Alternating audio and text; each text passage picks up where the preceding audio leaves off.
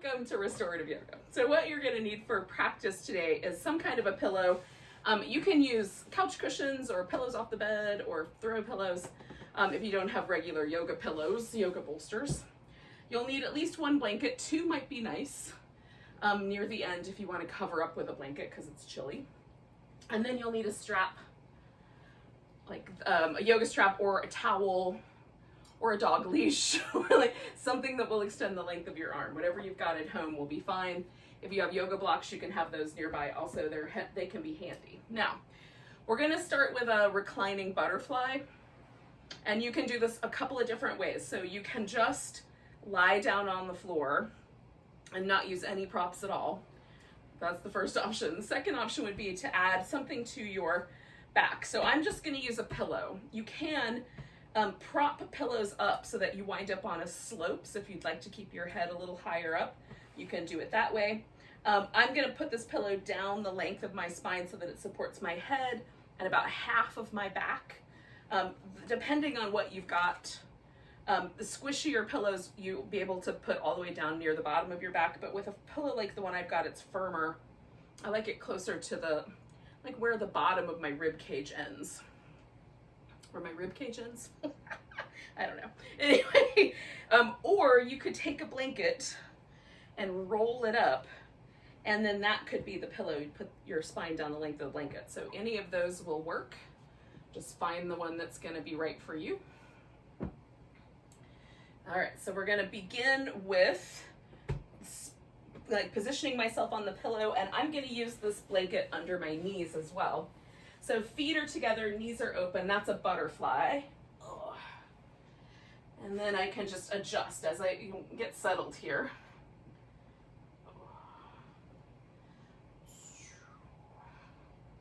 So it usually just takes me a few seconds to figure out like what's gonna be the just right spot for the pillows. If you're using little square throw pillows, you can try turning them on the diagonal and see if that kind of supports your shoulders a little better. Or you can stack up some pillows so you've got one for your head and one for the spine. If you take the arms out wider, there might be a sensation in the big chest muscles, the pectoralis muscles, and that might be pleasant. If you keep the arms a little closer in, it tends to kind of shift the pose a little deeper into the more stabilizing muscles in the shoulder, so it's not as much sensation. So usually with the restorative practice, we're going for the least amount of spicy sensation that we can get. So we add support so that we're in the pose, right?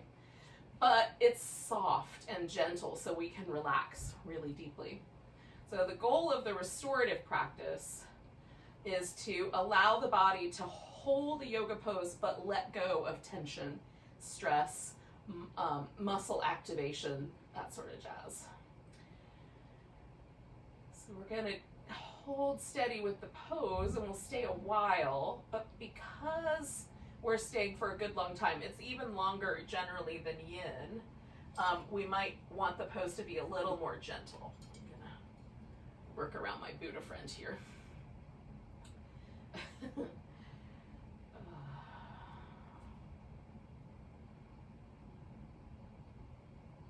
For me, there's a little process. So the first part of the process is get myself settled physically. And then the second part of the process is just to check in with the space I'm in. So I'm in a particular environment. In this case, it's my living room, but no matter where I'm doing yoga, I just pause for a second and appreciate the environment that I find myself in. So taking a second to just notice the sounds. You can even start with your eyes open, like I like looking at my plants hanging upside down and stuff like that. So you can just take in your environment, like we're here, right in this moment, in this place, practicing yoga, which is not the poses, but is the practice of being present. The poses are the tools.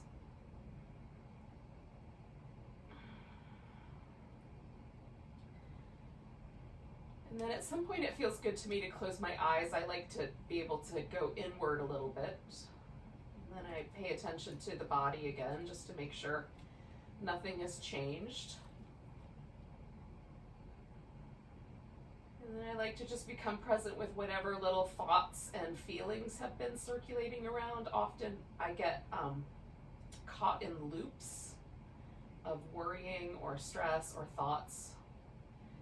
And I like to at least acknowledge that those are there and be a little bit, like, make a commitment to myself that when I catch myself in one of those loops, I'm going to remind myself to come back home to my body and the breath, which is the next part, right? So there may or may not be thoughts circulating in your brain. You guys might be better at this than I am. But then I allow myself just a few moments to relax any tension away from the breathing practice, right? So if I take a nice deep breath and I notice I might be gripping a little bit around the abs or something like that, then I just remind myself to relax again. And then for restorative yoga, I really prefer not to do a lot of breathing technique. I just want a deep, smooth, rhythmic breath. It's a little bit different than natural automatic breathing. I'm intentionally deepening it, but not to the point of force or strain. I'm not trying to restrict it.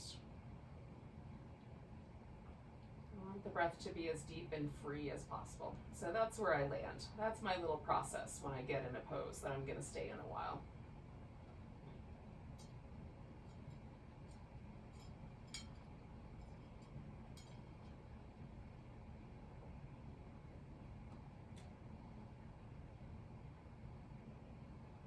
We're going to stay with this pose for about 2 more minutes.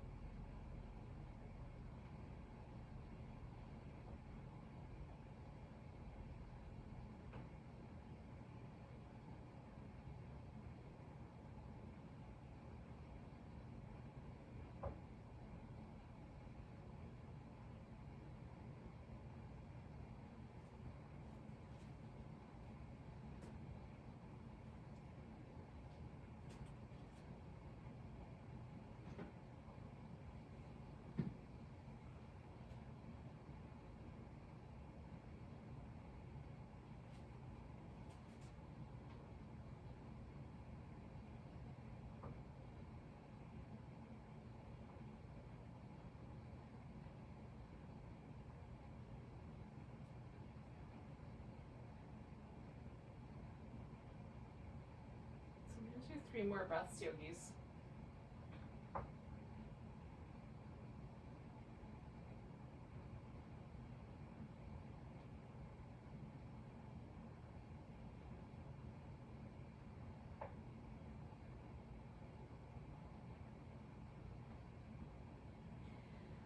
Now I'm going to start by changing my legs. So I'm just going to bring my knees together. You could also just straighten the legs out if you don't want to bring the knees to each other. Oh, I'm going to slide that blanket out and then straighten my legs. Ooh. Oh. Now I have to eventually come to a seated position to get myself into the next pose. And you probably should as well, but I'm taking my time doing this, y'all. I'm going to roll off this pillow and lay on my side for a second.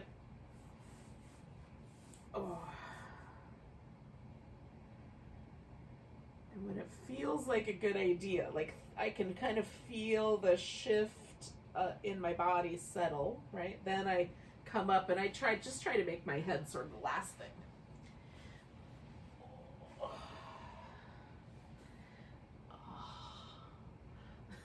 Makes its way up.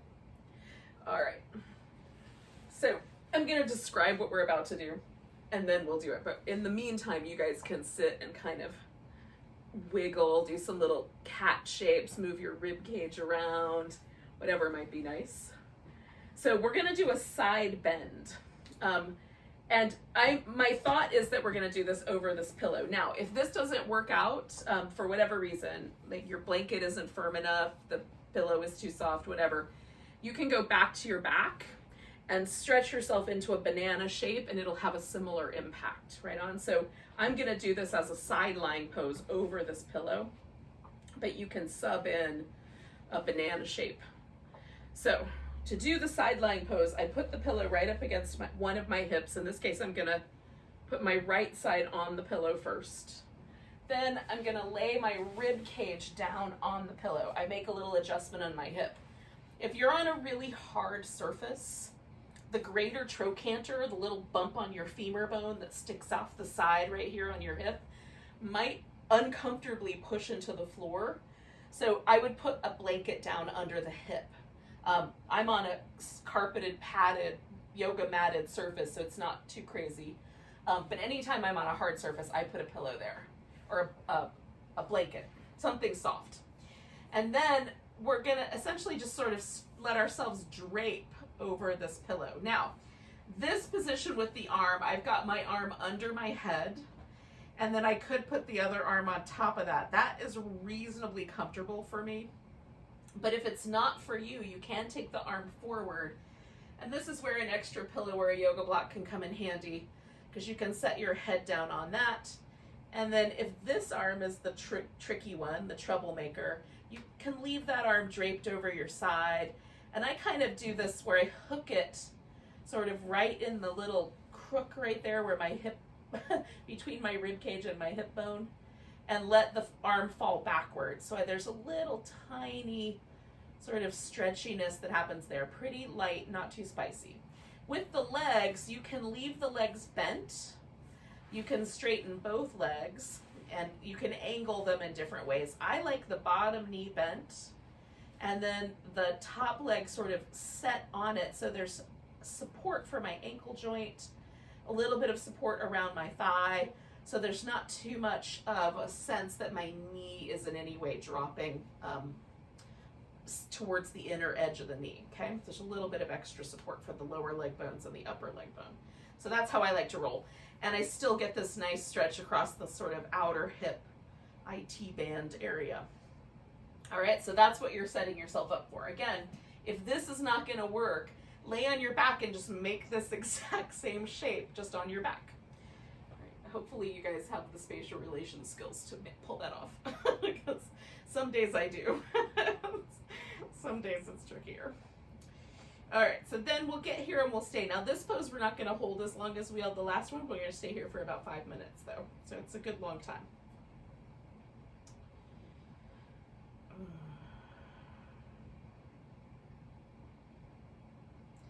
And again, I go through the same process, right? I settle into the pose, settle into my environment, check in with my brain, check in with my breath, and then just try to ride the present moment just like that.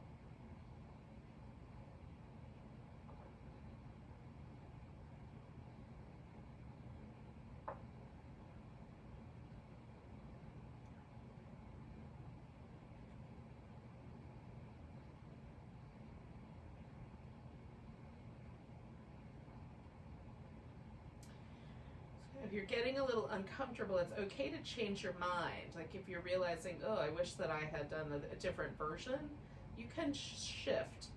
We're a little over the halfway mark. We've got a couple minutes left, but you know, it's a good point to notice and decide to make a change.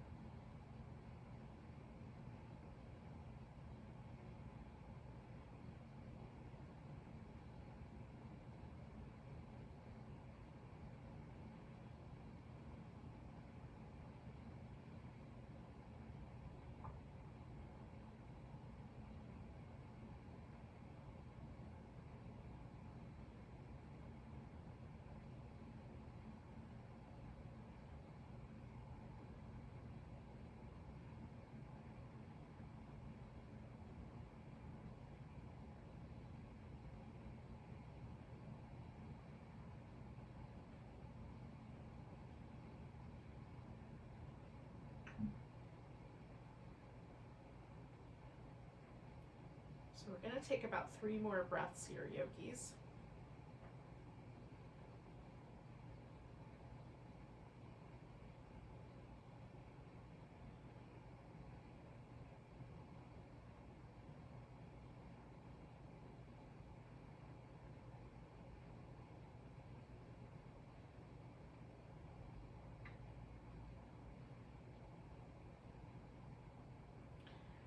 Now, if you're doing the banana pose version of this, laying on your back, all you gotta do is just kind of move back into neutral. And then you can do a little back massage. But if you're doing this version, we're gonna first take the top arm down, then kind of swing your legs up in front of you so you make an L at the hip. And then we're gonna push ourselves up to sitting. So we'll take our time, but just eventually kind of get yourself to your elbow and then push all the way up. And then it still feels like I'm bending that way, so I'm not going anywhere yet. I'm just gonna take a few moments to move around. Now I'm just gonna put the pillow on the other side for the other side, but you can also turn around if you can take your phone with you or whatever you're watching this on. And I'm still not going anywhere because I still feel like I'm bending sideways. The first direction. So I want to wait until I feel like my spine has settled into a more neutral place. And for me, there's 2 things that happen. The first thing is I don't really feel that pull anymore. And the second thing is there's a sense of ease that comes to my body. I'll speak for myself. And I kind of wait for that. It feels almost, this is the analogy that I use all the time, but I'm working on a better one. But you know how when you're like, you ease the seat back in your car and there's just that little, like that little sense of relaxation? That's what we're looking for. Just a little, And so I found that's happening now. And so now is the time for me to go to the other side, right? So I just kind of wait this thing out until that happens. Okay, so now I'm on my other hip. I'm gonna make the adjustment so that the pillow's under my ribs, because I'm essentially holding my rib cage and letting everything else bend around it.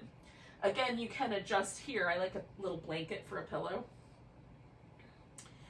And then decide how you want your top arm to go. Is it going over? Is it going down along your hip? You know, wherever it might like to live. Adjust your legs. And don't be afraid to take a few moments to do all of those adjustments. Those are important bits. And then you just take the same little process of getting present again in this new pose.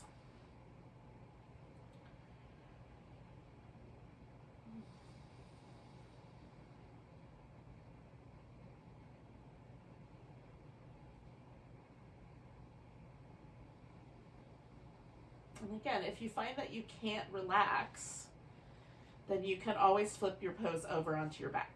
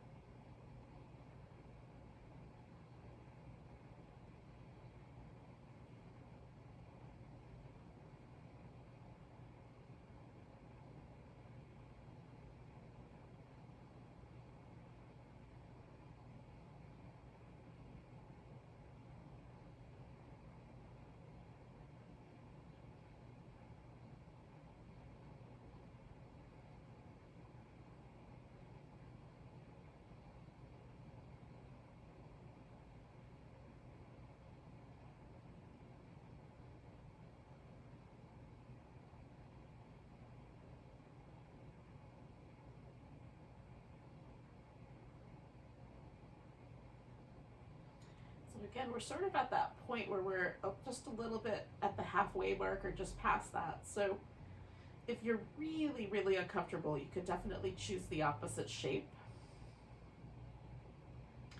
or make a little adjustment in your current shape. And then let yourself relax again.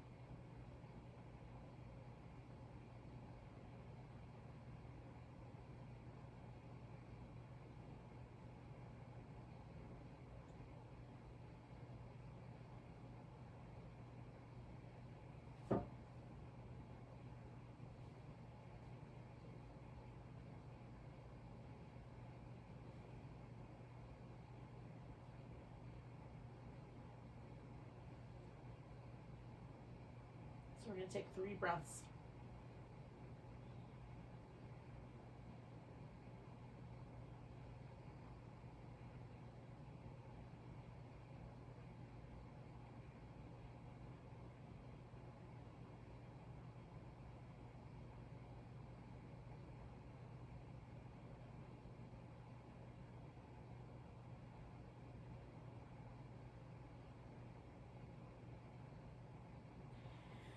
So again, the first thing I'm going to do is take my arm down off the top. The second thing is I'm going to move my legs into that L position so I can push myself right up to a seated position.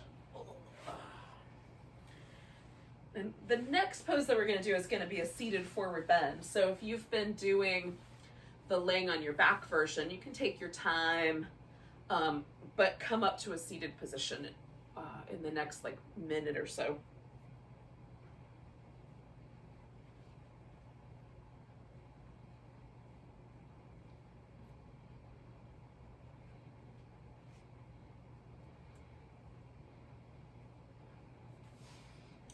So again, I'm kind of waiting for that sense that my spine is no longer bending in that one direction. It's not quite ready yet, but I'm gonna get close. So I'm gonna set myself up. So I am gonna do a wider legged version of this forward bend, but you can also do a closer kneed version. And you can put enough support under your knees that they're slightly bent. For some folks, that's a much easier pose on the low back. It takes a little bit of pressure out of the hamstrings. Or you can have your legs more straight. So whatever's gonna work better for you. I like to take a blanket and roll it up. And then I just put that under the edge of, just right under my knees at the bend, so that there's a little bend in the knee. It's a little bit softer. It just takes, for me, this is not a hard thing to do, to move my pelvis forward. My joints are built that way. Not everybody's are. Some people's joints are built to go backwards here. So it's not problematic for my hamstrings, but it does help take a little bit of the pressure away. So it's a softer pose for me when I put that little bit of support under my knees. So you're just looking for that. You're looking for the props or the support or a blanket that just give you that little bit of extra cushion, so that as you come forward into a forward bend, it feels reasonable. Now, you can also position yourself like on a couch so that you can lean your forehead onto the seat of the couch or on a chair, or whatever. You maybe have a bed nearby, you can put your legs under the bed and kind of rest on the edge of the bed with your forehead. So you don't have to have all the props. I've built myself a Stonehenge essentially. I've got 2 blocks, I've got a pillow, and then I'm gonna lean onto that. But you could easily give yourself just a piece of furniture to work with. So I just lean forward until I stop. And some people can lean forward so far that their forehead, chest, and belly touch the ground. I am not in that camp, that I don't have that range of motion, but I lean forward far enough that I could theoretically rest my elbows, but that's a little on the spicy side. So I like this little bit of height so that it doesn't get too spicy. Again, with restorative yoga, I'm going for being in the pose without being pushed too hard, because we're gonna stay a while and our goal is to relax. So we're putting our body in a strange position with a little bit of pressure and relaxing around that, but the least amount of pressure possible. So with the yin, which is a cousin to restorative yoga, we're going for sensation. Here we're not, we're going more for relaxation. It's just leaning into a different edge of the spectrum.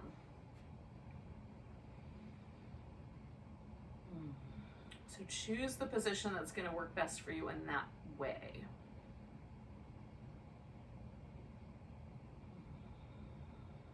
And I'm also I'm supporting my head with my hands, because that feels really nice to sort of put my my skull down somewhere.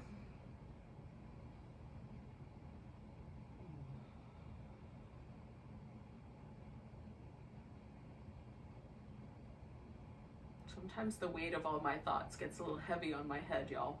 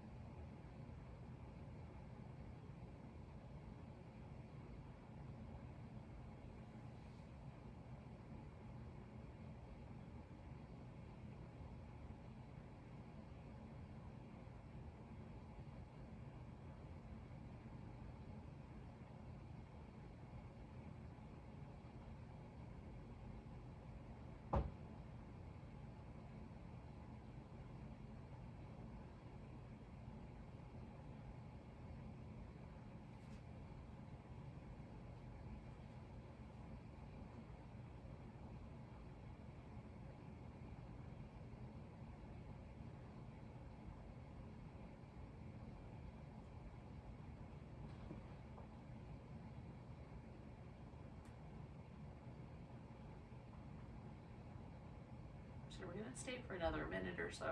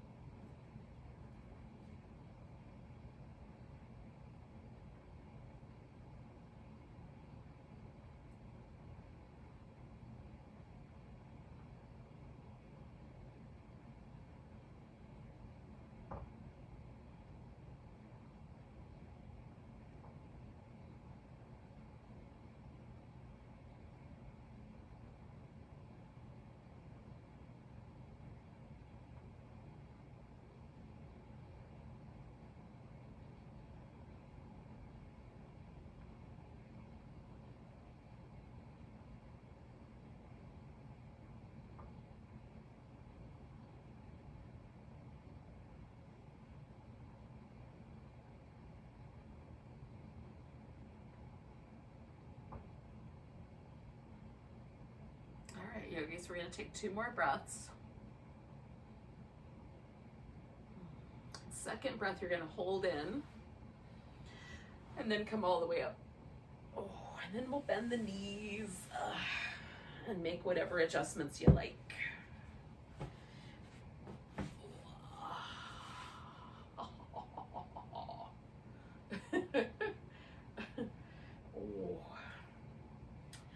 Now, before we do a back bendy shape, which is we're going to kind of end in that camp, we're going to do something that's a little more gentle yoga flavored and less restorative yoga flavored. So we're going to need our strap for this.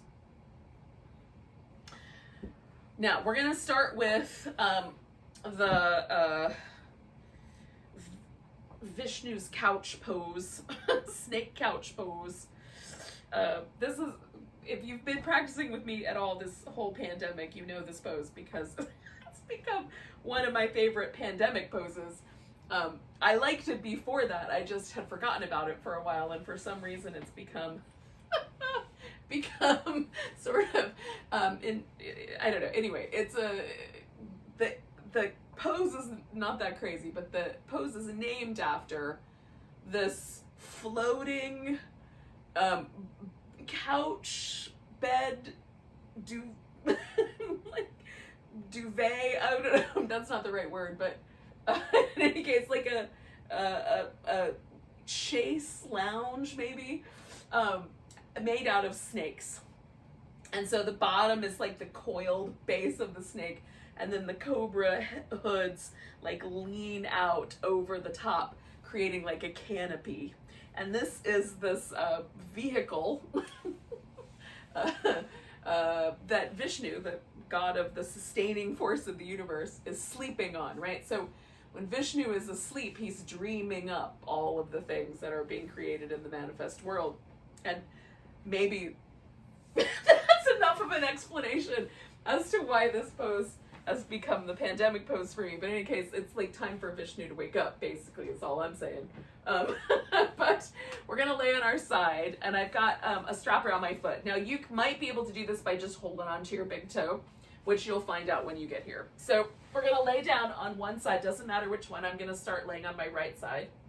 And I often use my arm for a pillow. I've also got a blanket here just to make it a little more cushy.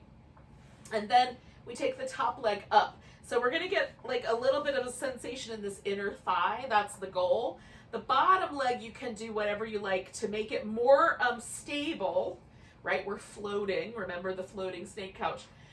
More stable float is bending the bottom knee. If I straighten out my bottom leg, then I have to use a little bit more of my core to stay stable on the side, on my side, right? So you can create a little bit more work for yourself. Again, this is kind of more in the gentle yoga spectrum than the restorative yoga spectrum, but I don't mind blending the two. I think it's fun. So here we are. A little stretch in this inner thigh. I'm not going for like tendon damage. I'm just going for a nice kind of easygoing feeling of sensation there in the inner thigh, which is one of the reasons I like this particular version of the pose. It also works really well because taking the leg out to the side like that in a small space, if you're working with a little avenue between your couch and the wall or bed and the wall, it helps. It's like a nice pose for working in small spaces. If you have the luxury of having a big old open room to use as your yoga room, awesome. But not all of us do during the pandemic. Sometimes we have to sequester ourselves away in a spare bedroom or something away from the kids. We'll do our best, won't we, yogis? So we're going to stay here for like another, 8-10 breaths. Not quite a minute. It'll be close, but not quite. And I can, if I bring my leg a little closer to my ear, the sensation is a little stronger. If I let the leg go a little further away from me, the sensation's a little lighter. So you can kind of find the right amount for yourself.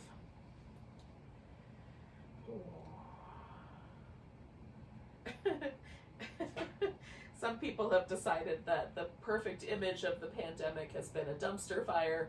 I will argue that a floating couch made out of snakes that you're trying to sleep on might also be an equal image.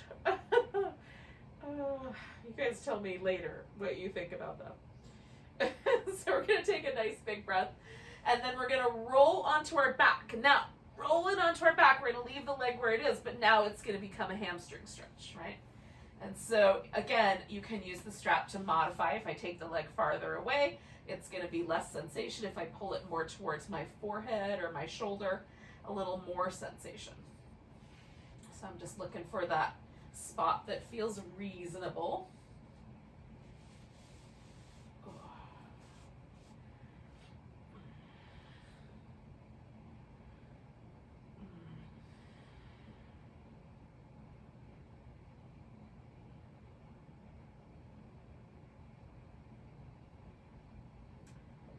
So these first two poses, the snake couch and then this guy, this hamstring stretch, this is usually called Pada Angustasana, or Supta Pada Angustasana in the Sanskrit. Supta means lying on my back. Pada is the foot. Angustasana is holding onto my foot with my limb, right? So my arm is holding my foot. That's the theory. Although in this case, not so much. But that's the name of the pose. So it doesn't have as fancy a name, although it sounds fancy. Supta Pada Angustasana. It sounds pretty fancy, doesn't it? Oh, goodness. All right, you guys, we're going to take about 4 more breaths here. Now, this pose is going to turn into a twist. And once we get to the twist, we're going to stay a while. So that you can put some pillows and blankets in. So I'm going to take my leg over. I'm going to bend the knee and take the strap off. You can use the strap if it's helpful, but I'm going to use this pillow instead. So I'm just going to let my legs rest over the edge of this pillow. And then I'm going to roll my upper back down to the floor and let myself relax. Now, the arm that you're stretching out can be bent like a cactus. It could be out like a wing, up like the Statue of Liberty. You just find the position that feels the nicest to you. So we're getting probably a little bit of sensation around the outer hip, a little bit of sensation through the chest muscle. There's a twist in the spine. So be kind. Use the pillows and stuff to make the pose relatively light. So, you know, maybe you feel a little something, but it's not so much that you tense up. Remember, our goal is to relax.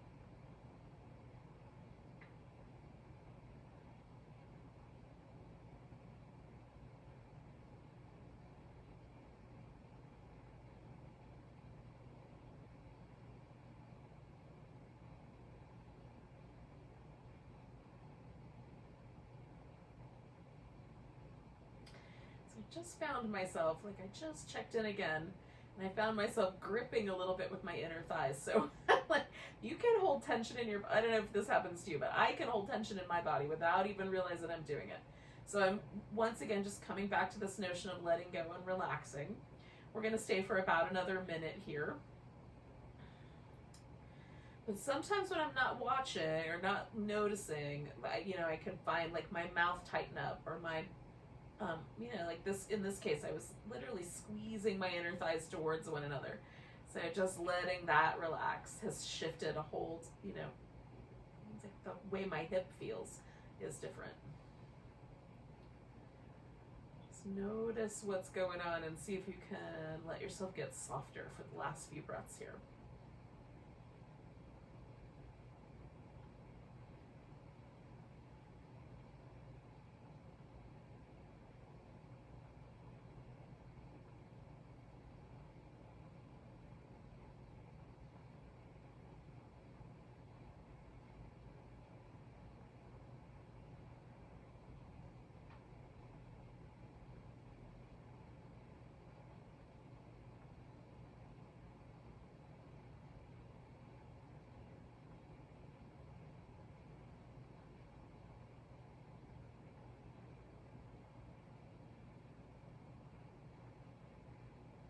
Take a nice big breath.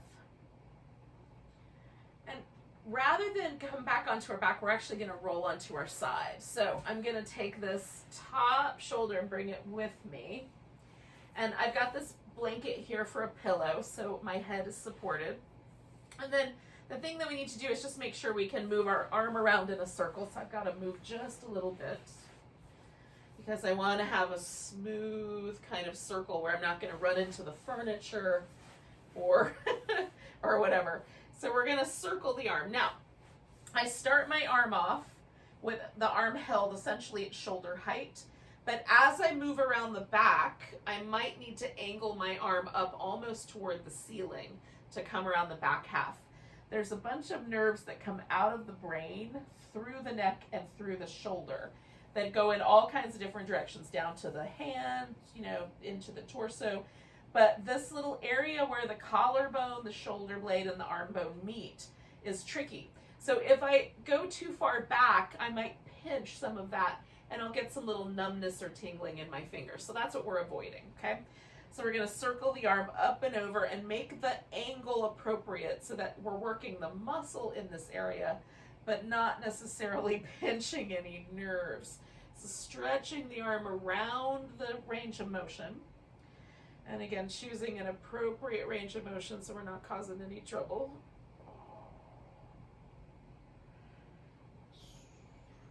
I'm going to do 2 more circles.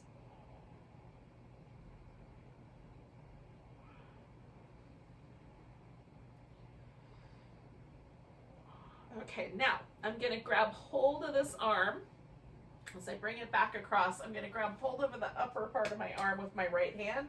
And then I'm going to let this left shoulder roll back toward the floor. And as I do that, I'm trying to pull this left arm over to the right and secure my shoulder blade into the ground. So it's a stalemate between my right arm holding on and all the muscles that stabilize my shoulder onto my back. It's trying to stabilize my shoulder onto my back.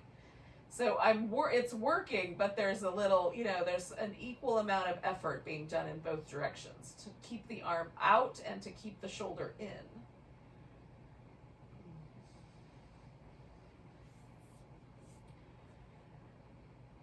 And this feels really good to me when it's done. So I'm going to hold it for 2 more breaths. I'll let you hold it for however long you like. I mean, what am I going to say about it? You're at your house. And then I'm going to let my arm go. Sometimes I catch myself saying things like, I'm going to let you, like I have a choice. Oh, yogis. Anyway, so that's it. I'm done. So I'm just shaking out that arm, kind of giving it a little check-in. And then I'm going to sit up so I can go to the other side. And again, I'm just going to take my time doing that. But it's a good chance, too, to try to check in with my shoulders. So my left shoulder feels like it's lower than my right shoulder. It's not totally unusual, but my arm feels longer. There's a little sense of sort of relaxation in the front area of the shoulder, but also in the back. And so I like to just check in and see, how did it go?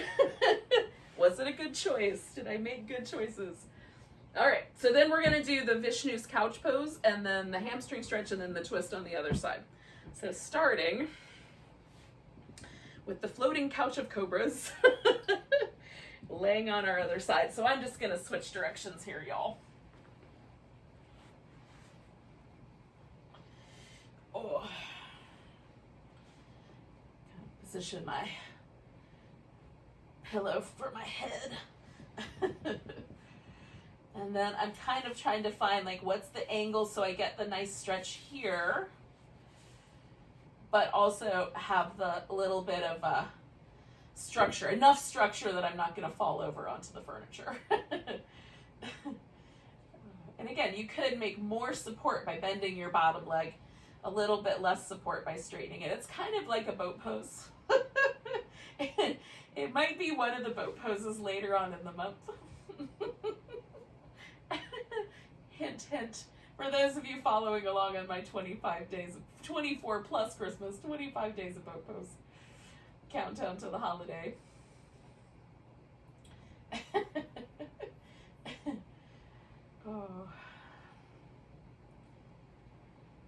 haven't posted my boat pose on Facebook yet today, but it's on YouTube. So if you check out the channel, you can find, I've got them loaded up through, I think, the 18th or something. So I've got a pretty good, a pretty good head start on the holiday, and then I'll load some more.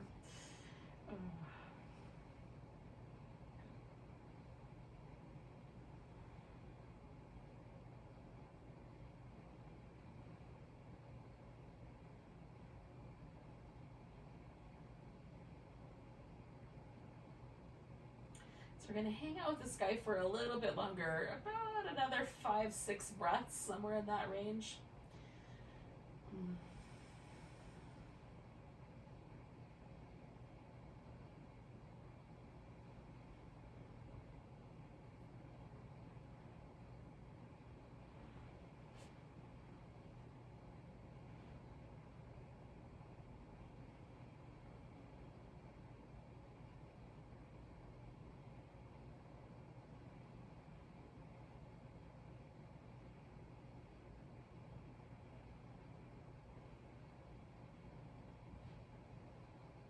Okay, so we're going to take a nice big inhale, and then we're going to turn this into the hamstring stretch by just letting it kind of roll onto the back here.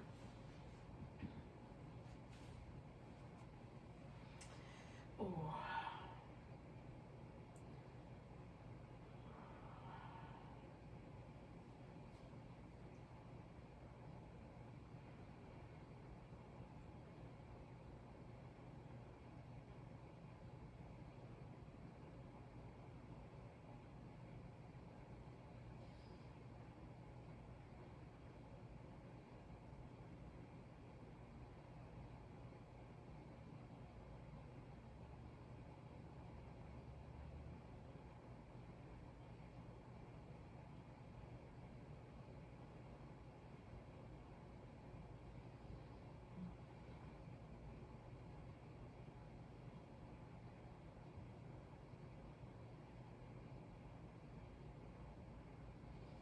We're going to do about 4 or 5 breaths more here.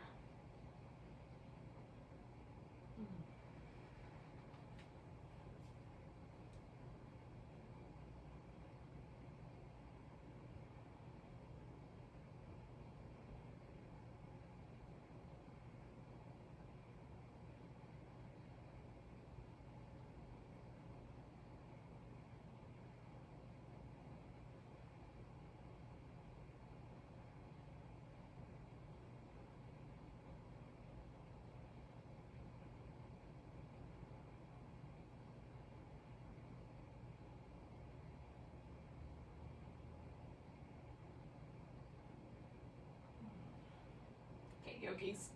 So now we're going to turn this into the twist. So again, I'm going to let go with the strap and just allow myself a twist with a little bit of support from a bolster. And in this case, me and this rubber plant are going to work things out so I can have my arm in here, in here amongst the branches.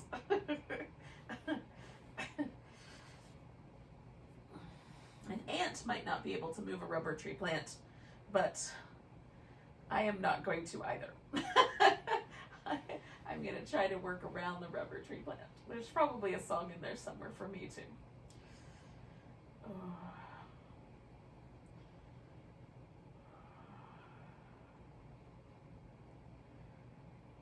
And so again, just kind of stack up the props so that you are in the pose, but it's light enough not to be too spicy. Again, adjusting the arm as you like.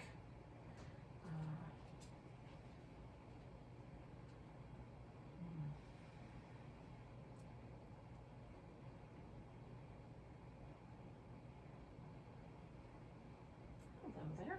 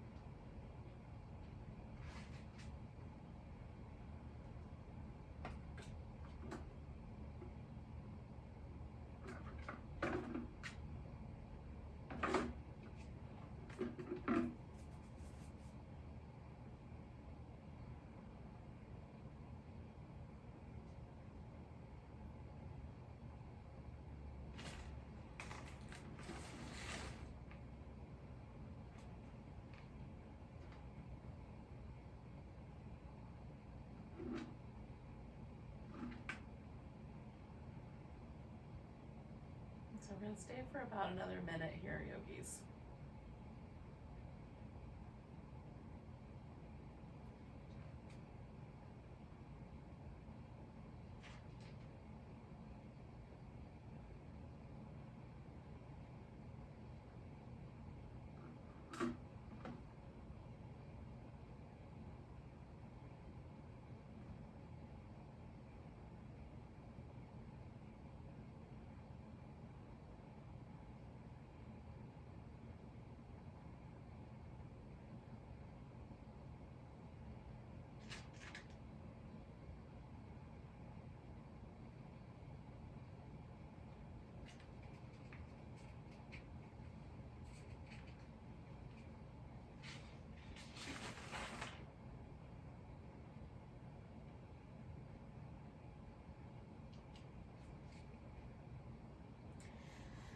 Take a breath, and then we're coming back to the center, and this time I'm just gonna get this pillow out, and again I'm gonna take my arm all the way over, right? Make sure I've got a pillow for my head.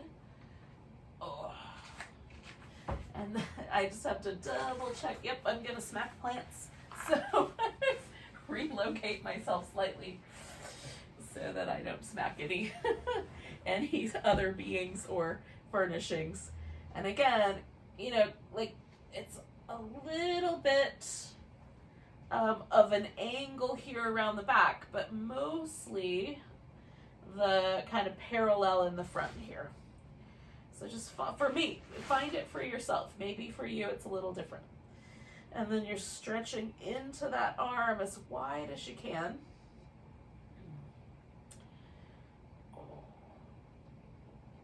I'm going to do that one more time.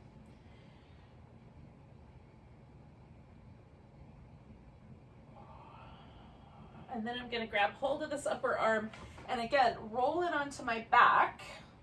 I'm pulling my arm across my chest, but also using the muscles to try to stabilize my shoulder blade back onto my back. So again, I want there to be kind of a stalemate, like neither side is winning, but in the stalemate becomes the really delicious release of tension in the muscles that live on the underneath side of my shoulder blade, which I like.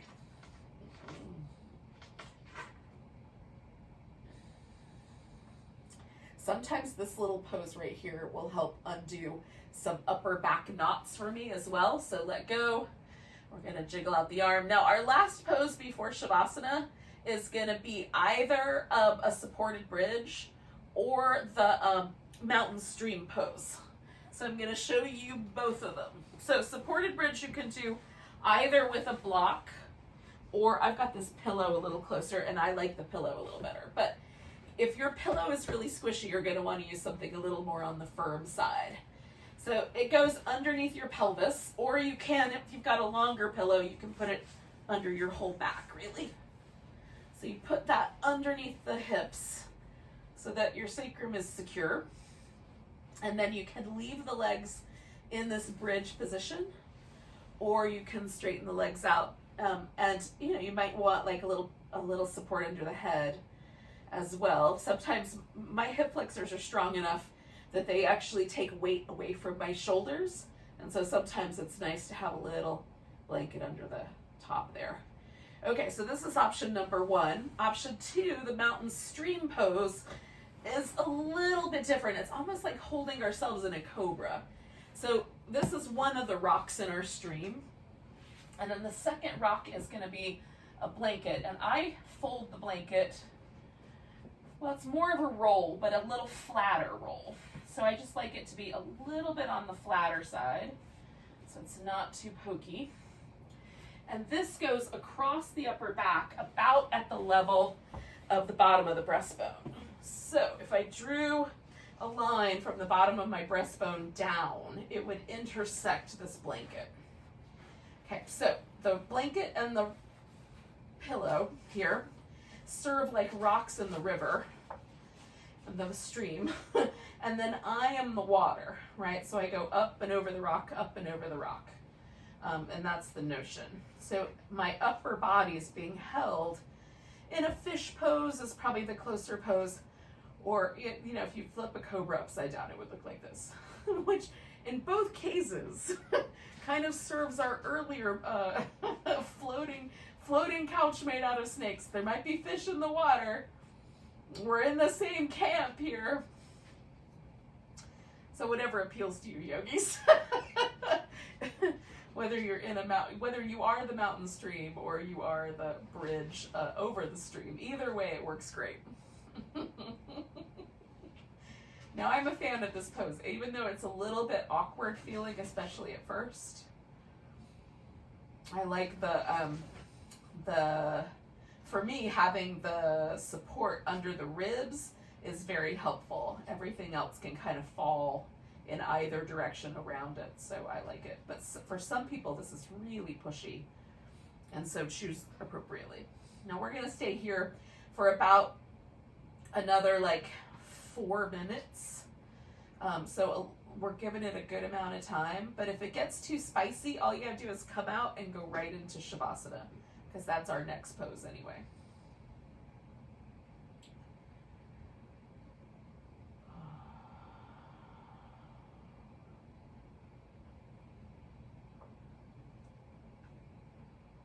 Now, according to the yogi world, yogi legends, back bends, poses like this and like the bridge pose, are supposed to lighten us up a little bit, bring a little more joy, a little more energy to our life. So I don't know if that's going to be true for you, but it's interesting to notice. So once we come out of the pose, I don't notice these kinds of notions while I'm in the pose. But when I come out, sometimes there's sort of a lingering or after effect, a little bit of a taste left behind, if you will. And so you can see if that is the case. Do you feel a little lighter? Do you feel a little more energized when we're done with the practice today? And you'll decide when you get there. The answer might be no. Maybe that was true for the yogis in the Middle Ages, but not so much now.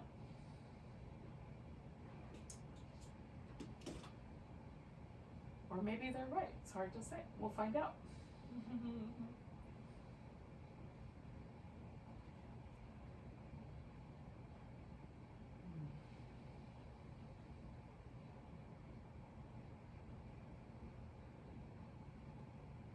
Hello, pumpkin.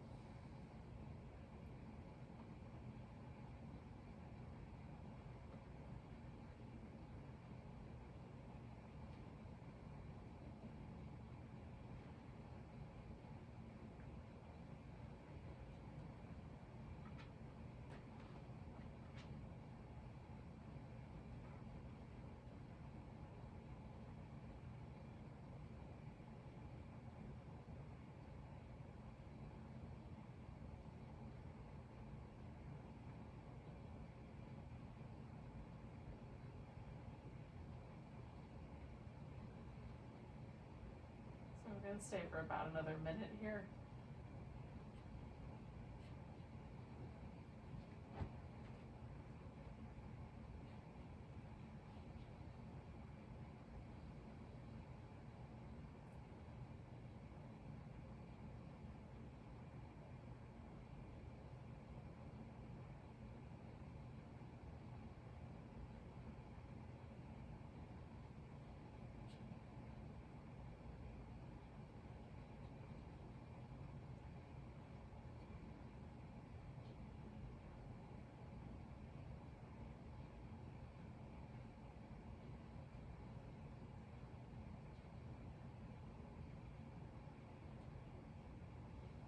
All right, yogis, so all I have to do to get myself into Shavasana, which is the last pose, is get this blanket out from under me and put it over me.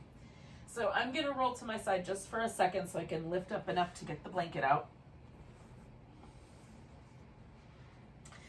And then once I'm back, oh, it feels really nice to do just a little back massage first. And then I can hook my feet with the blanket.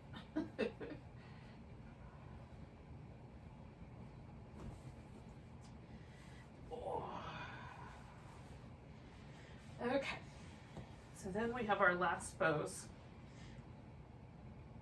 I have a furry companion who's up to no good, so I might have to intervene in a moment.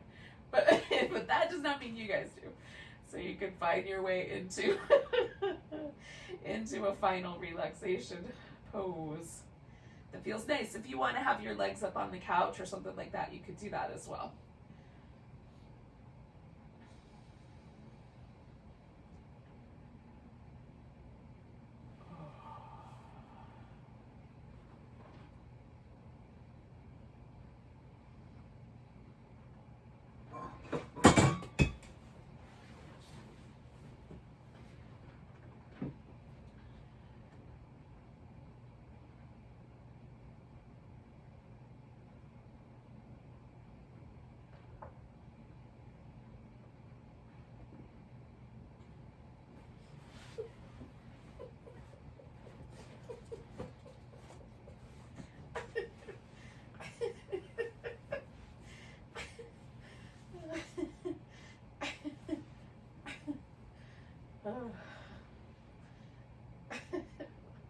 Hopefully that wasn't too big an interruption. You guys can just get back to relaxing.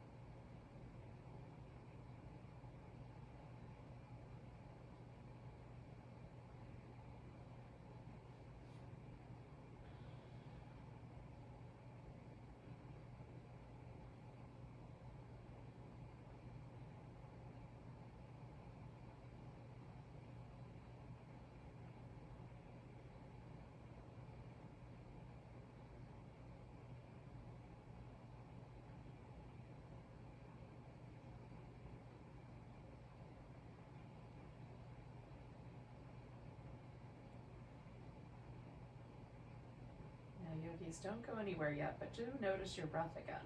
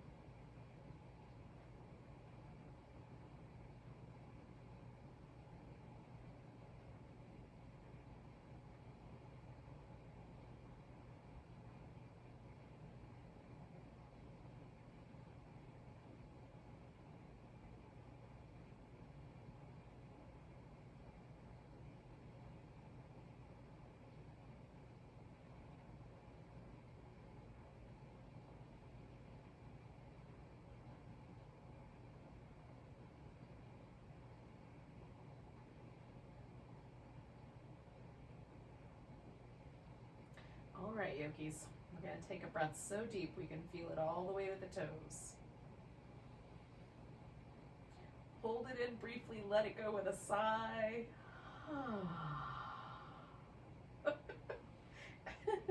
And then you can start to like wiggle a little, fingers and toes, wrist and ankles. Start there.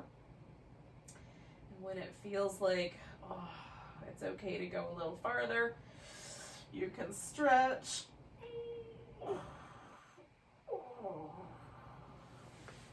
Now again, as with all things in restorative yoga, I am not in a big hurry to get myself out of this yoga pose.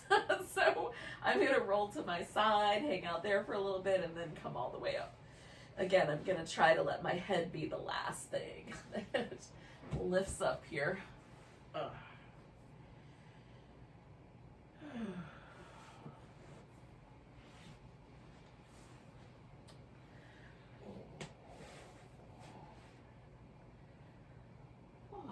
So thanks for joining me for some restorative yoga with a little gentle yoga flavoring in there. Let's take a big breath together. Nice big inhale. Big deep sigh. Namaste, yogis.